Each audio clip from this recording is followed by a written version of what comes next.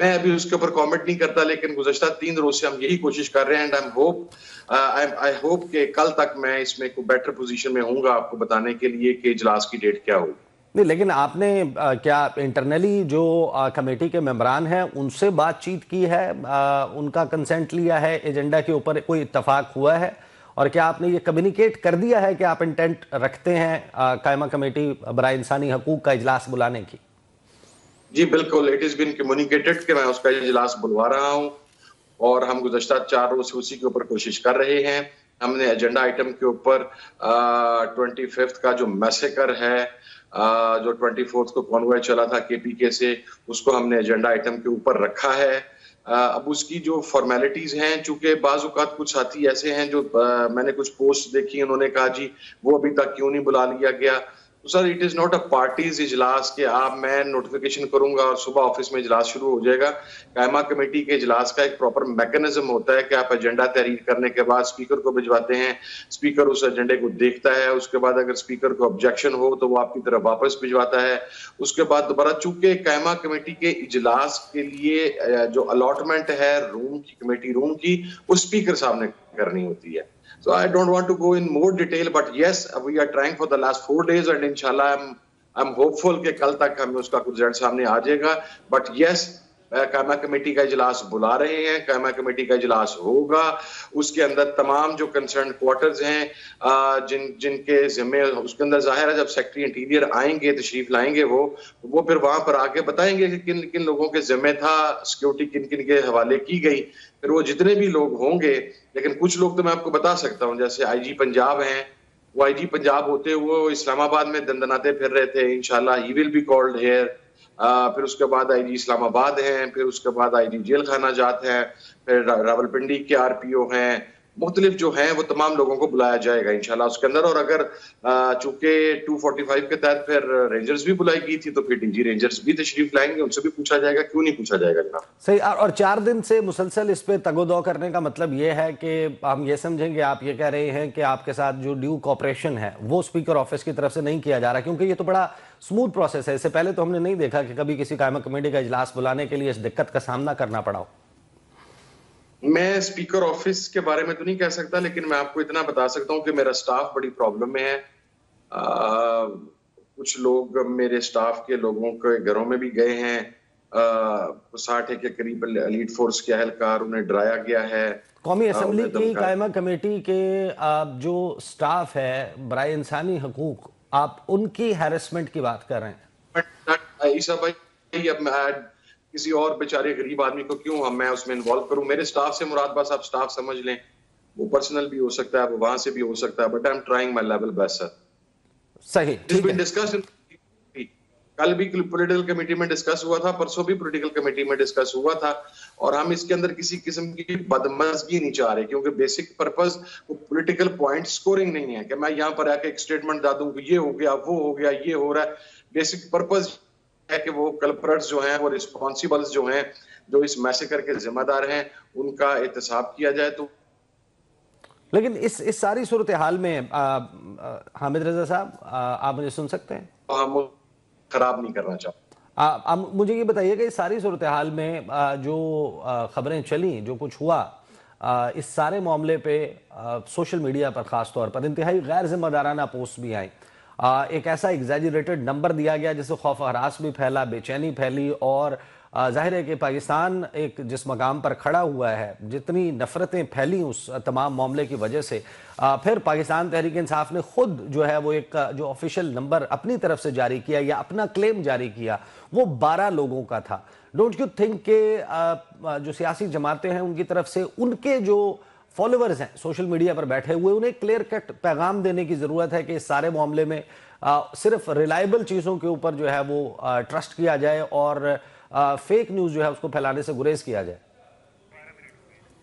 نقوی صاحب، میں اس میں آپ کو ایک بات عرض کروں، وہ 12 کا جو نمبر تھا وہ اب 14 ہو چکا ہے، 2 مزید کنفرمیشنز آ گئی ہیں، لیکن اس کے اندر 2 چیزیں ہیں۔ نمبر 1 یہ کہ جو گراؤنڈ وٹنس ہیں، اور اس کے اندر بہت ہی ذمہ دار اور اہم لوگ ہیں جنہوں نے وہاں پر کچھ ایسے لوگ ہیں جنہوں نے 7 ڈیڈ باڈیز تو خود اپنی آنکھوں سے وہاں پر دیکھی ہیں. جو ورکرز تھے ظاہر ہے ان کے سامنے لوگ گر رہے تھے, مختلف چیزیں ہو رہی تھیں. اس میں اس نمبر کے اندر پاکستان تحریک انصاف کی پولیٹیکل کمیٹی کے اندر یہ بڑا ڈیٹیلڈ یہ معاملہ ڈسکس ہوا تھا.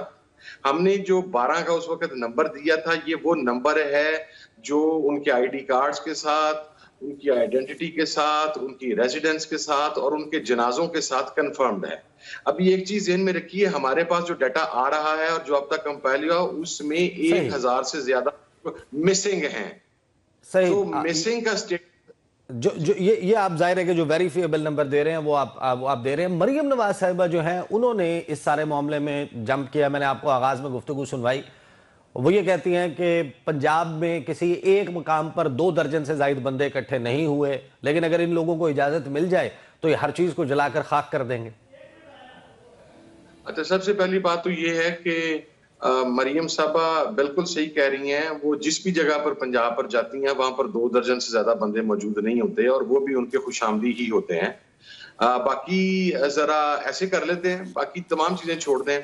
وہ فیصل آباد آ جاتی ہیں, ہم فیصل آباد سے پاکستان تحریک انصاف کا کوئی بھی ایک ایم این اے یا ایم پی اے جو ہے ان دونوں کو چانس دے دیں. دھوبی گھاٹ کے 2 حصے ہیں گراؤنڈ کے, ایک میں مریم بی بی جلسہ کر لے تمام سرکاری مشینری لگا کے, دوسرے میں ہمارا ایک ایم پی اے یا ایک ایم این اے جلسہ کر لیتا ہے.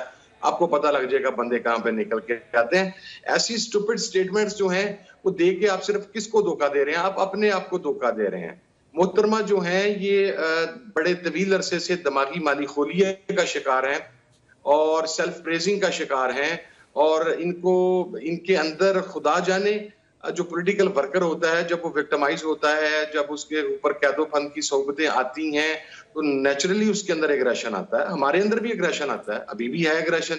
لیکن جب آپ کسی سیٹ کے اوپر پہنچتے ہیں اور بیٹھتے ہیں تو پھر آپ کلاس اور گریس شو کرتے ہیں. آپ دوسرے پولیٹیکل ورکرز کو اس طریقے سے نہیں کرتے جو آپ کے ساتھ کیا گیا ہو. جو کچھ محترمہ کے دور حکومت میں پنجاب کے اندر ہوا ہے, جس طریقے سے چادر اور 4 دیواری کا تقدس پامال کیا گیا ہے, یہ پنجاب کی تاریخ گواہ رہے گی کہ ایک عورت کے وزیر اعلیٰ ہوتے ہوئے کس طرح لوگوں کی ماؤں بہنوں کی عزتوں کے ساتھ کھیلا گیا, چادر 4 دیواری کے تقدس کو پامال کیا گیا, اور یہ انویسٹیگیٹ ہوگا. لیکن وہ تو یہ کہتی ہیں کہ یہ جو سب کچھ ہوا ہے اس کے ذمہ دار عمران خان ہے. ان سے جیل نہیں کاٹی جا رہی, وہ جو کچھ کر رہے ہیں اس کی ذمہ داری اور جو کچھ پاکستان میں ہو رہا ہے اس کی ذمہ داری عمران خان پر عائد ہوتی ہے. اچھا, جو کچھ ہم کر رہے ہیں that's none of our business. وہ ہم عمران خان کے کہنے پہ کریں یا اپنے کہنے پہ کریں یا جو بھی لوگ باہر نکلیں that's none of our business. وہ یہ بتائیں کہ جب ان کے والد محترم اور وہ اندر گئی تھیں, جو کہ قید میں نہیں تھا, انہیں گیسٹ ہاؤس میں رکھا گیا تھا, جب وہ وہاں پر گئی تھیں تو بندے تو 12 بھی نہیں نکلے تھے. وہ اپنا غصہ ہمارے پہ تو نہ اتارے. اگر عمران خان یہ ترلے کرتے ہیں, عیسیٰ نقوی صاحب میں آپ کو حلفاً بتا رہا ہوں, چلیں میں آپ کو بتاتا ہوں, حلفاً آپ کو یہ بات کہہ رہا ہوں کہ گزشتہ 1 سال کے اندر مسلم لیگ نون کی حکومت نے ترلے کیے ہیں کہ کسی طریقے سے Imran Khan N R O دے دیں, وہ ایکسیپٹ کر لیں, یا ان کے ساتھ ٹیبل کے اوپر بیٹھ جائیں, یا کسی طریقے سے ان سے جان چھوڑوا لیں. اور باہر آ کے ان کی سٹیٹمنٹس اتنی بڑی ہوتی ہیں کہ یہ ہو گیا اور وہ ہو گیا اور ایسا ہو گیا.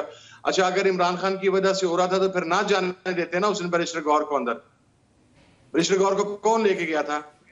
جسے سپریم کورٹ میں کیس تھا, اس نے جا کے عمران خان کے ترلے کس نے کیے تھے؟ ان کو تکلیف آپ کہہ رہے ہیں کہ وہ ترلے کر رہے ہیں, مریم نواز کہہ رہی ہیں کہ ان سے جیل نہیں کاٹی جا رہی. ہم سر جیل آپ کے سامنے وہ 1.5 سال سے کاٹ رہا ہے, صرف عمران خان نہیں کہا, شاہ محمود رشی کاٹ رہا ہے, میاں محمود رشید کاٹ رہا ہے, اجاز چودھری کاٹ رہا ہے, ڈاکٹر یاسمین راشد کاٹ رہی ہے, عمر سرفراز چیمہ کاٹ رہا ہے, اور کتنے بندے ہیں, کتنے کارکنان ہیں جن کے نام بھی ہمیں شاید نہیں پتا, وہ جیلیں کاٹ رہے ہیں. جو آرمی ایکٹ کے اندر گئے ہوئے ہیں وہ سارے کے سارے گزشتہ 1.5 سال سے اندر بیٹھے ہیں, جیلیں کاٹ رہے ہیں. محترمہ کو تکلیف اس چیز کی ہے کہ یہ, اور دوسری انہوں نے جو بیان دیا کہ جی میری ذمہ داری ہے. Who has given you the responsibility of the federal capital? You are the chief minister of Punjab. Federal capital is not your domain. اچھا, بشرا بی بی کو انہوں نے تنقید کا نشانہ بنایا. انہوں نے کہا کہ ان کی بھاگنے کی ویڈیو موجود ہے دھرنے کے مقام سے. اسے بھائی دوبارہ ریپیٹ کریں گے؟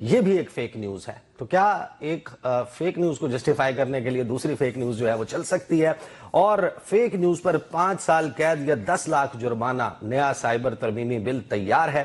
ساتھ ہی عمران خان صاحب یہ کہتے ہیں کہ فائنل کارڈ جو ہے وہ ان کے پاس ہے، جس کا ابھی کسی کو نہیں معلوم، لیکن پہلے عدالت کا دروازہ کھٹکھٹائیں گے. تمام معاملات پر بات کریں گے. حماد حسن صاحب، حکومت نے جو اس تمام معاملے پر جو ان کی پوسچرنگ ہے فرام ڈے ون، انہوں نے کہا کہ جیسے کچھ واقعہ ہوا ہی نہیں، آل ٹوگیدر سرے سے انکاری ہو گئے کہ نہیں جناب، بالکل وہی صورتحال تھی جیسے اٹک پل پہ روکنے کی کوشش کی گئی، ویسے ہی 26 نمبر پر، ویسے ہی کٹی پہاڑی پر، اور ویسے ہی ڈی چوک پر. لیکن ڈی چوک پر جو ہے وہ اسی حربے سے جو ہے یہ لوگ بھاگ گئے گھبرا کر. آپ کی کیا انفارمیشن ہے، کیا انالیسز ہے، اور اس تمام معاملے میں جو فیک نیوز ہے اس کو آپ کیا سمجھتے ہیں کہ اس نے جو کردار ادا کیا فیک نیوز میں، اس پر آپ کا کیا تبصرہ ہے؟ شکریہ عیسیٰ نقوی صاحب. دیکھیں، دونوں طرف سے ان کی نالائی کیا اور ان کی فیک سیاست سامنے آ رہی ہے. یعنی جب احتجاج کی کال دی گئی اور جلوس جب روانہ ہونا تھا 24 نومبر کو، تو اس صبح 8 بجے تک یہ کنفرم تھا کہ اس جلوس کو لیڈ کریں گے علی امین گنڈاپور، جو چیف منسٹر ہے خیبر پختونخوا کے اور پارٹی کے صوبائی صدر بھی ہیں. لیکن اچانک بشرا بی بی نمودار ہوتی ہے، وہ گاڑی میں بیٹھتی ہے، دونوں کے درمیان تلخی ہو جاتی ہے اور پھر اس کے بعد دونوں لیڈ کرتے ہوئے جلوس روانہ ہو جاتا ہے. مجھے حیرت اس بات پر ہے، میں پختونخوا کا رہنے والا ہوں اور مجھے اس موٹر وے پر ہر دوسرے تیسرے دن آنا جانا پڑتا ہے. اگر صرف اٹک کا پل، جسے اٹک کا پل بولا جاتا ہے، حالانکہ یہ سوابی اور ڈسٹرکٹ اٹک کے درمیان نیا پل ہے دریائے سندھ کے اوپر، اگر صرف اس پل کو بند کیا جاتا تو ایک چڑیا تک آگے نہیں گزر سکتی تھی. چلو اس کو بند نہیں کیا، اس سے 8-10 کلومیٹر آگے غازی بروتا پل ہے، اس کے نیچے جو بہاؤ ہے پانی کا وہ کافی تیز ہے اور دوسرا متبادل راستہ بھی موجود نہیں ہے، صرف ایک پل ہے جس سے گزرا جا سکتا ہے اور وہ پل بھی بند نہیں کیا گیا. تو حماد حسن صاحب، آپ یہ کہہ رہے ہیں کہ یہ سب کچھ حکومت نے، آپ یہ کہہ رہے ہیں کہ حکومت نے خود یہ چاہتی تھی کہ یہ لوگ آئیں؟ بالکل میں یہی کہہ رہا ہوں کہ حکومت نے ان کو روکنے کی کوشش نہیں کی. اگر فرض کرے حکومت کا ان کو روکنے کا ارادہ تھا تو پھر ان کی منصوبہ بندی انتہائی نالائقوں والی منصوبہ بندی تھی. کیوں کا جہاں پر ان کو آسانی کے ساتھ روکا جا سکتا تھا پھر وہاں کیوں نہیں روکا گیا اور پھر وہ ڈی چوک تک پہنچے کیسے؟ دوسری بات یہ کہ ڈی چوک تک وہ پہنچے تو پارٹی کے اندر لیڈرشپ یا رہنمائی کی سطح پر کوئی بھی اجتماعیت نہیں تھی، کوئی یکسوئی نہیں تھی. علی امین ایک طرف تھے، بشرا بی بی کچھ اور کر رہی تھی، باقی لیڈرشپ جو تھی وہ غائب تھی.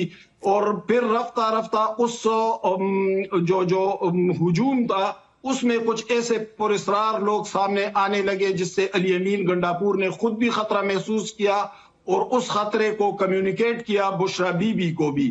تو رات تقریباً 8-9 بجے کے درمیان یہ صورتحال، ہم وہاں پر موجود تھے، صورتحال انتہائی بگڑ گئی تھی حکومت کے لیے. تو چلو جو صورتحال تھی وہ تو تھی، پی ٹی آئی کی لیڈرشپ کے لیے بھی مسئلہ بہت زیادہ گمبھیر ہو گیا تھا اور پھر اس کے بعد جو منظرنامہ سامنے آیا وہ آپ کے سامنے ہے.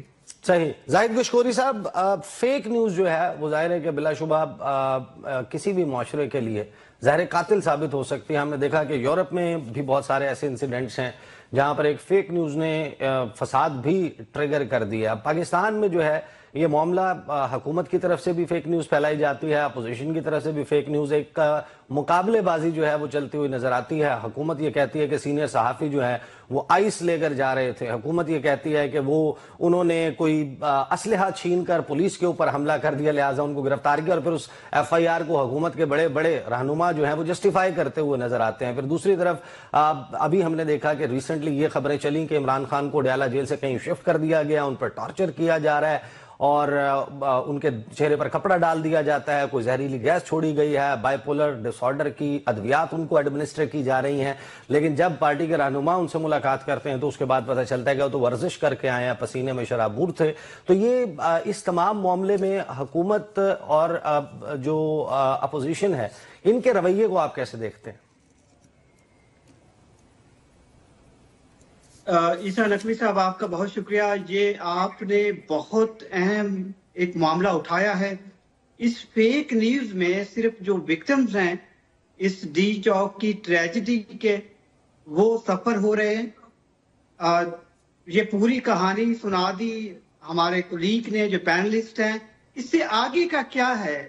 جو ہلاکتیں ہوئی ہیں اور یہ ہلاکتوں اور بلٹ وونڈ کا سلسلہ 3:29 پہ 0 پوائنٹ پہ شروع ہوا تھا. میں آپ کو وہ کردار بھی بتا سکتا ہوں کہ جس کو ڈائریکٹ بلٹ لگی 3:29 پہ آلموسٹ. اس کے بعد اس کو پولی کلینک لایا گیا, اس کا نام بھی درج ہے, پھر وہ فوت ہو گیا. اسی طرح سے میں نے آپ کی طرح یہاں ڈی چوک پہ پی ٹی آئی کے پروٹیسٹ کور کیا ہے. پروٹیسٹ ہم کور دونوں کرتے رہے ہیں 2006 سے. آپ کو معلوم ہے ڈی چوک پہ صبح ارلی ان دا مارننگ, رات کو 11-12 بجے ڈسپرس ہوئے, سب لوگ یہاں سے چلے گئے تھے, چیزیں صاف ستھری ہو گئی. 10:04 پہ میں 8 بجے پولی کلینک اور پیمز 9:40 تک رہا. میں نے وہاں سے معلومات حاصل کی, میں نے ٹویٹ کیا ارلی ان دا مارننگ, اور میں اتھارٹی کے ساتھ آپ کو کہہ رہا ہوں, آپ اپنی ٹیم کو کہیے گا. 10:04 پہ میں نے ٹویٹ کیا کہ میرے سورسز یہ کنفرم کرتے ہیں کہ اس احتجاج میں 14 کم از کم ہلاکتیں ہوئی ہیں. صحیح. اس میں 5 سیکورٹی اہلکار بھی شامل تھے. صحیح. اور مجھے اتنا پریشر تھا 3 دن تک کہ یہ آپ ٹویٹ ہٹائیں, because I was the first one. لوگ کہہ رہے تھے 400 ہیں, کسی نے 278 کہا, کسی نے 200 سینکڑوں فگر کے. اس فیک نیوز میں لیکن زاہد فیک نیوز کو یا ڈس انفارمیشن کو یا مس انفارمیشن کو کریکٹ انفارمیشن سے جو ہے وہ کاؤنٹر کیا جا سکتا ہے. اگر آپ اصل صورتحال سامنے رکھیں, وزیر اطلاعات نے تو اگر سرے سے کچھ ہونے سے انکار ہی کر دیا, انہوں نے کہا کچھ بھی نہیں ہوا. دیکھیے, اگر آپ 2014 کے بعد دھرنوں کی ایک تاریخ اٹھا کے دیکھ لینا, پاکستان میں 120 چھوٹے بڑے جو نیشنل لیول کے ہوئے ہیں, اس میں 62 ہلاکتیں ہوئی ہیں عام عوام کی. اور اس میں اگر آپ دیکھیں جو نمبر 12 کا ہے یا 14 کا ہے, میری معلومات میں 14 ہے کم از کم. اس سے نمبر 2-3 آگے بھی ہو سکتے ہیں, اور وہ آپ کے پولی کلینک ہسپیٹل میں اور پیمز میں ڈیڈ باڈیز آپ کے سامنے وکٹم آنا شروع ہو گئے. 5 کو میں ذاتی طور پر جانتا ہوں, اس لیے میں کہہ رہا ہوں کہ ان کی ہلاکتیں ہوئی ہیں. انویسٹیگیشن اس چیز کی درکار ہے کہ وہ پروٹیسٹر کے پاس گن تھی, انہوں نے بلٹ وونڈ کیے ہیں, پولیس نے فائر کیا ہے, سیکورٹی پرسنل جو دوسری تھی ہماری پیراملٹری فورسز, اور ان کی اس سے بلٹ سے یہ ساری چیزیں ہوئی ہیں. تو یہ اہم معاملہ ہے. صحیح. گشکوری صاحب میں آپ کے پاس واپس آتا ہوں. سمینہ, پیسفل پروٹیسٹر کے لیے بھی کہ یہ انویسٹیگیٹ ہونا چاہیے. جی سمینہ پاشا صاحبہ, مجھے یہ بتائیے کہ اس سارے دھرنے میں, احتجاج میں, اس کی آفٹر میتھ میں ہم ایک بڑی مشکل صورتحال سے گزر رہے ہیں, ملک بڑی مشکل صورتحال سے گزر رہا ہے. ایک معاملہ جس کے اوپر بڑی بات ہوئی ہے, اور ہم نے دھرنے آپ نے بھی کور کیے ہیں, احتجاجی جلسے جو ہیں وہ دیکھے ہیں, سیاسی تحریکیں دیکھی ہیں. فرام ڈے 1 حکومت کی طرف سے غیر ذمہ دارانہ رویہ رہا سو رہا. اپوزیشن جو ہے اس کی طرف سے بھی بات چل لانے کی بات کی گئی, اور پھر اس تمام معاملے میں جو سب سے ایک کہہ سکتے ہیں کہ بیڈ آپٹکس ہیں یا طریقہ کار ہے یا حکمت عملی کی غلطی ہے کہ سب کو معلوم ہے کہ نادرا کے سامنے جو ڈی چوک کے خیبر پلازا چوک کا آغاز بنتا ہے, وہاں پر علی امین گنڈاپور اور بشرا بی بی موجود تھیں, اور جو کراؤڈ ہے وہ اس سے 1.5-2 کلومیٹر دور ڈی چوک اور کلثوم پلازا چوک جو ہے وہاں پر موجود تھا. کنٹینر سے رابطہ نہیں ہو رہا تھا, ان لوگوں کو اناؤنس کرنے کا، گائیڈ کرنے کا کوئی نظام موجود نہیں تھا. تو تحریک انصاف نے کہیں نہ کہیں اتنا ill prepared رہی، یا لیڈ جو کرنا چاہیے تھا کہ کنٹینر جو قیادت ہے وہ سب سے آگے موجود ہوتی تاکہ وہ اپنے لوگوں کو روک سکتی. شکریہ عیسیٰ. لیکن جو پہلے آپ بات کر رہے تھے میں تھوڑا سا اس کے اوپر انپٹ دینا چاہتی ہوں، پھر میں آپ کے سوال کی طرف آتی ہوں. جو آپ بات کر رہے تھے فیک نیوز کے حوالے سے، فیک نیوز تب جنریٹ ہوتی ہے جب پہلے اصل جو انفارمیشن ہے وہ نہیں آ رہی ہوتی.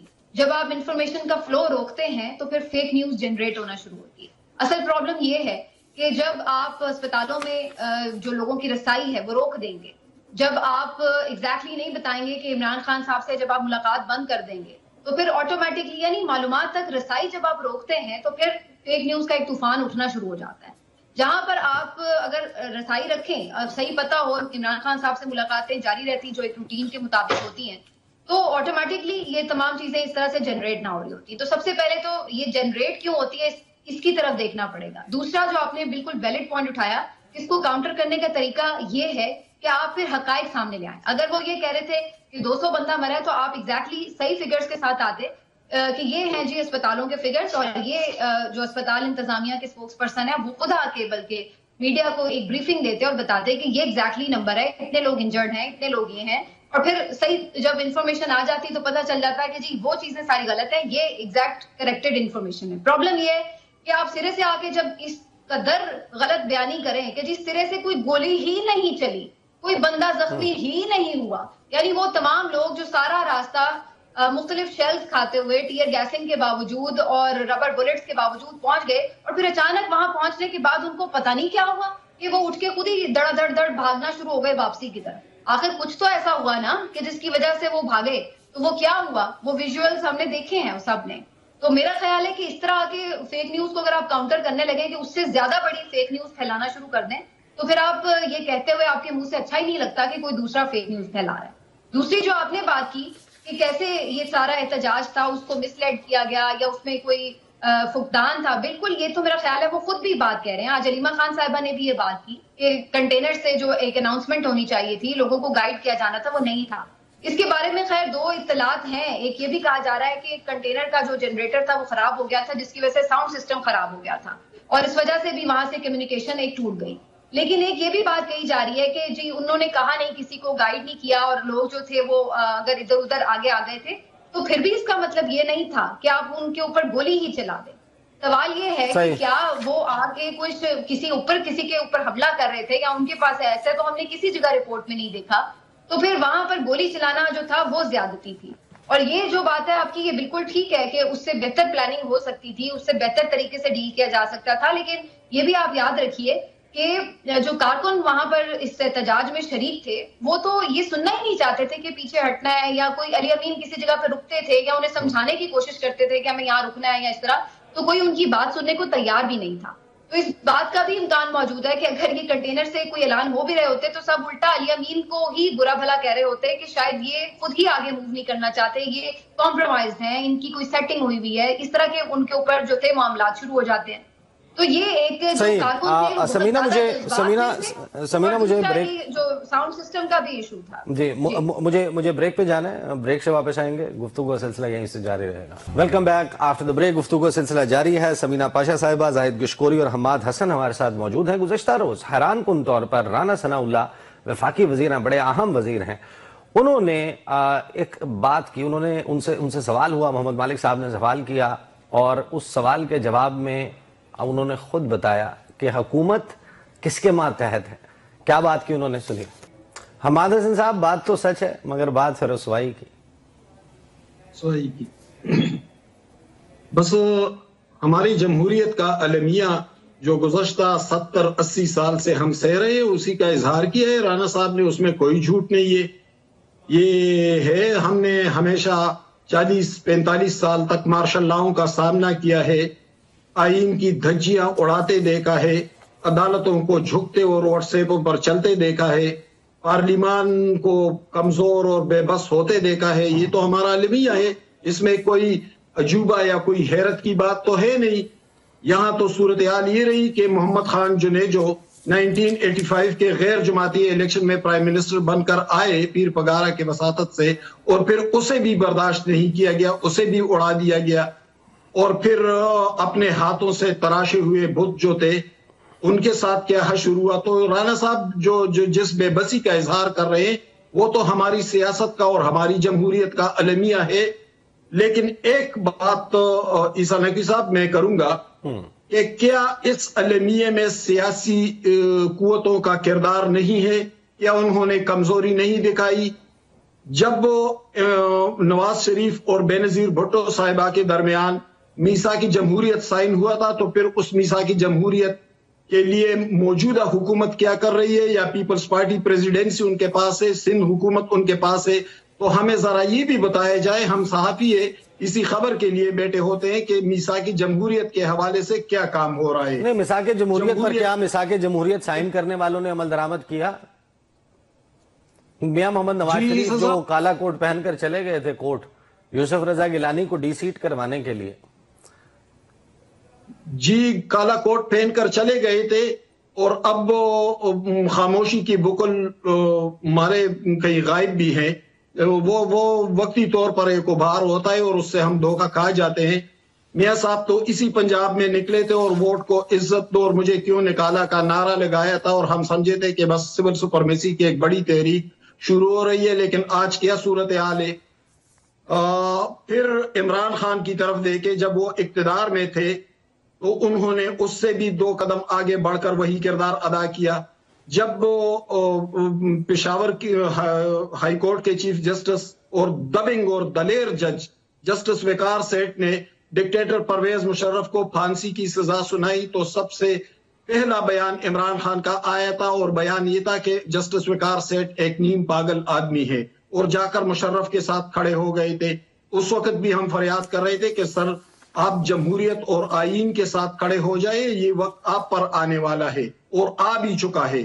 لیکن باری باری سب سیاستدان ان اذیتوں کو، ان تکالیف کو، ان ابتلاؤں کو، آزمائشوں کو سہ تو رہے ہیں، لیکن اس کے لیے عملی طور پر جدوجہد ہرگز نہیں کرے، یہ انہوں نے قسم اٹھا رکھی ہے، ورنہ یہ بار بار مواقع ان کو ملتے ہیں اکٹھے ہونے کے، یکسوئی کی۔ بلکہ عمران خان کا تو آج بھی سٹانس ہے یہ کہ میں آرمی چیف اور ڈی جی ISI کے علاوہ کسی سے مذاکرات نہیں کروں گا۔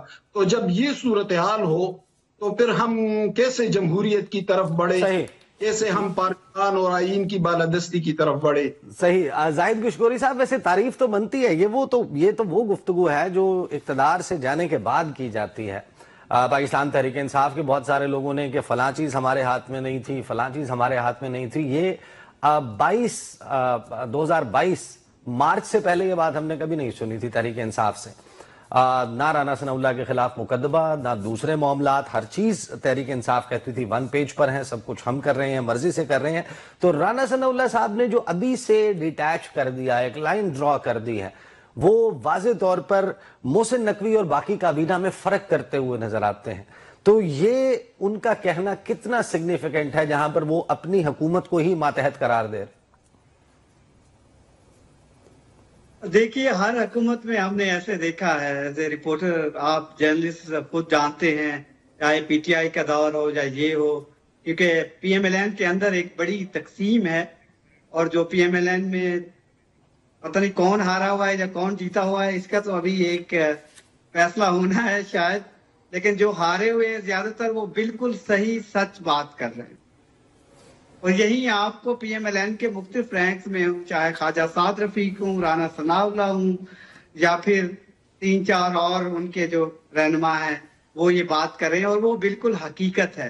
ہمیشہ جو اقتدار میں ہوتا ہے وہ صحیح بات نہیں کرتا ہے۔ لیکن میں آپ کو جو پچھلی ایک سٹوری دینا چاہ رہا تھا کہ میں کریڈیبل اور اتھارٹی کے ساتھ آپ کو ایک سورس کے ذریعے خبر دے رہا ہوں کہ جو علی امین خان گنڈاپور جہاں سے ڈی چوک سے گئے ہیں بشرا بی بی کو ساتھ لے کے، ان کو ایگزیکٹلی 9 بجے ایک انفارمیشن ملی تھی ان کے خیبر پختونخوا کے انٹیلیجنس سورس سے، یہاں وفاقی حکومت کے بھی انٹیلیجنس سورس سے، کہ یہاں پر ایک بڑی کوئی ٹریجڈی ہونے والی ہے اور بشرا بی بی کو شاید نقصان پہنچ سکتا ہے، انہوں نے میری انفارمیشن کے مطابق، میں نے یہ ڈبل چیک بھی کیا ہے، ایک کلوز سورس ہے جو کہ علی امین گنڈاپور کے قریبی سورس ہے، کہ کس طریقے سے وہ جان بچا کے یہاں سے بشرا بی بی کو انہوں نے محفوظ کیا ہے. اس کا آپ کو ایک ہفتے کے اندر یا مے بھی ایک مہینے کے اندر اس کی صحیح خبر آپ تک پہنچ جائے گی. یہی ایک وجہ ہے کہ وہ ان کو یہاں سے لے کے گئے ہیں، اور یہ ایک بالکل صحیح ٹائم پہ ایک ایسا فیصلہ، ایک ٹریجڈی کو ایوائڈ کیا گیا ہے، جس وجہ سے سارے لوگ یہ پوچھ رہے ہیں کہ کیسے گئے، کیوں گئے، وجہ ہی کیا تھی، آؤٹ آف سڈن انہوں نے کوئی کال کیوں نہیں دی، کنکلوڈ کیوں نہیں کیا کنٹینر پہ کھڑے ہو کے. ایسی صورتحال جو پیدا ہو سکتی تھی، آلموسٹ ماڈل ٹاؤن جیسی سچویشن تو پیدا ہوئی ہے ڈی چوک پہ، لیکن آپ کو لیاقت باغ جیسی سچویشن ڈی چوک پہ مل سکتی تھی اگر وہ 1 گھنٹہ مزید یہاں پر سٹے کرتے. اور اس کی ذمہ دار ریاست ہوتی اوبیسلی، یا پھر لا انفورسنگ ایجنسیز ہوتی، یا پروٹیسٹر بھی ہو سکتے تھے، کیونکہ صورتحال اتنا کمیونیکیشن گیپ آ گیا تھا، ایسی صورتحال پیدا ہو گئی تھی کہ مزید وہاں پر سٹے نہیں کیا جا سکتا تھا. تو جو 2 بڑی شخصیات لیڈ کر رہی تھی انکلوڈنگ عمر ایوب خان، 3 لوگ وہاں سے نکلے ہیں. یہ سٹوری آپ کے سامنے بہت جلد آ جائے گی، ہو سکتا ہے علی امین خان خود بتا دیں، عمران خان بتا دیں کبھی آ کے، لیکن یہ ایک سٹوری وہاں سے پاپ اپ ہوئی ہے. اس وجہ سے ان کال آف کیا گیا، وہاں سے سائن آف کر کے سارے وہاں سے نکل گئے، اور سچویشن جو ہے آپ کے سامنے ہے، اور یہ توجہ طلب ہے. ہو سکتا ہے گورنمنٹ اس پہ انویسٹیگیشن آرڈر کر دے، جو کہ کرے گی نہیں اس سٹیج پر، لیکن کرے گی حکومت، عدالت کر سکتی ہے، اس کو دیکھے، اور یہ میٹر انڈر انویسٹیگیشن آنا چاہیے. صحیح. عدالت میں میں حماد حسن صاحب سے پوچھوں گا، لیکن سمینہ پاشا صاحبہ، عمران خان صاحب کا علیمہ خان صاحبہ کے تھرو جو بیان سامنے آیا ہے، جو آخری کارڈ کی بات کی گئی ہے، آپ کے خیال میں کیا ہے یہ آخری کارڈ سے؟ اب فائنل کال کہا گیا، اور اب کہا گیا ہے کہ آخری کارڈ ہے، آخری پتا ہے جس کا کسی کو معلوم نہیں ہے. کیا what on earth is going on؟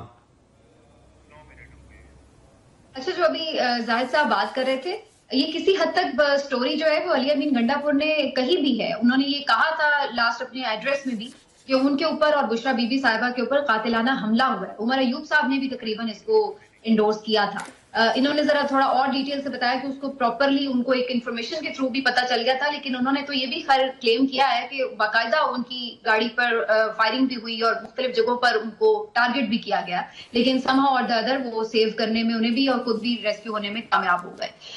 ایک چیز جو آپ نے ڈسکس کی ہے کہ جو ابھی آخری کارڈ کی بات ہے، مجھے خیر بالکل بھی آئیڈیا نہیں ہے کہ وہ آخری کارڈ کیا ہو سکتا ہے، لیکن مجھے یہ ضرور لگ رہا ہے کہ شاید یہ کوئی مائنڈ گیم ہی ہے کہ عمران خان صاحب ذرا اپنے ووٹر سپورٹرز کو تھوڑا ایک ہوپ دلانے کے لیے کہ اسٹل کچھ ان کے پاس کوئی آپشن موجود ہے. مے بھی کوئی ہوگی، لیکن میرے سمجھ میں تو نہیں ہے، نہ میری انفارمیشن ہے کوئی ایسی.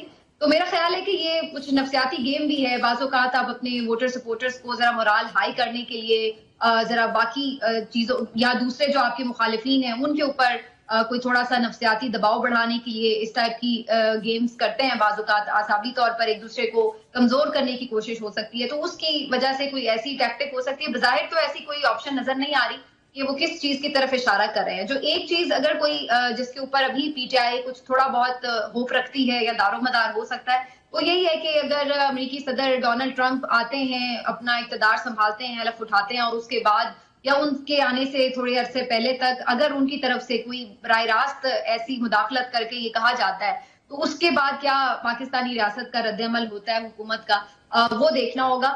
میرا خیال ہے اس کے علاوہ بظاہر تو ایسی کوئی انہونی چیز نظر نہیں آ رہی جس کو یہ کہا جائے کہ کوئی آخری کارڈ ان کے پاس. تو آپ کو لگتا ہے کہ انٹرنیشنلی جو منظرنامہ بن رہا ہے، جو چیزیں موو کر رہی ہیں، پروبیبلی وہاں سے کوئی ایک سلور لائننگ تحریک انصاف سمجھتے ہیں کہ موجود ہے؟ حماد حسن صاحب، وقت بہت کم ہے، مجھے آپ کا اور سمینہ آپ دونوں کا اس کے اوپر کوئی کامنٹس چاہیے. سپریم کورٹ آف پاکستان میں جب بھی کوئی حالات ایسے ہوتے تھے، ایک در بہرحال موجود ہوتا تھا جس کے حوالے سے تھا کہ اس تمام معاملے میں اس در کی طرف دیکھا جا سکتا ہے. کیا وہ در بند ہو گیا 26ویں آئینی ترمیم کے بعد؟ صحیح یا غلط کا فیصلہ، یعنی اس میں اپوزیشن بھی غلط ہو سکتی ہے اپنے تمام تر کلیم اور دعوے میں، حکومت بھی غلط ہو سکتی ہے، لیکن تصفیہ کرانے کے لیے فورم تو ہو، تو عدالت کا کیا سمجھے؟